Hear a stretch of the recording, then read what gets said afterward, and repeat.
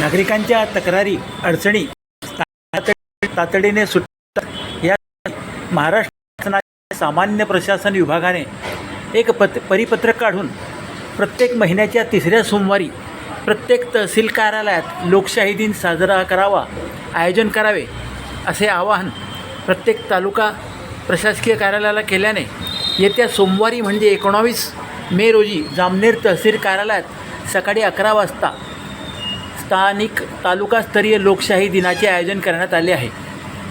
या लोकशाही दिनात तालुक्यातील सर्व शासकीय विभागांचे प्रमुख अधिकारी उपस्थित राहणार असून नागरिकांनी त्यांच्या अडचणी थेट अधिकाऱ्यांसमोर मांडण्याची संधी त्यांना मिळणार आहे व ते तक्रारी किंवा अडचणी तातडीने स्थानिक पातळीवर सोडवण्याचा प्रयत्न तहसीलदार यांच्याकडून केला जाणार आहे।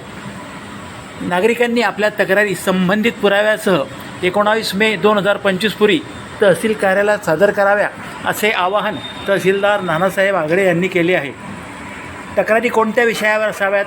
महसूल संबंधित अडचणी, जमीन व मालमत्ताविषयक तक्रारी, शासकीय सामाजिक योजनांची अंमलबजावणी, विविध सरकारी विभागांशी निगडीत अडचणी, शासकीय सेवा व सुविधांशी इतर संबंधित सर्व समस्यांचा निपटारा या लोकशाही दिनात करणार असल्याचे प्रशासनातर्फे सांगण्यात आले आहे। हे नियोजन त्यामुळे फारच महत्त्वाचे आहे। लोकशाही दिन म्हणजे शासनाशी थेट संवाद साधण्याची नागरिकांना मिळालेली अनमोल संधी असे म्हटले जाते।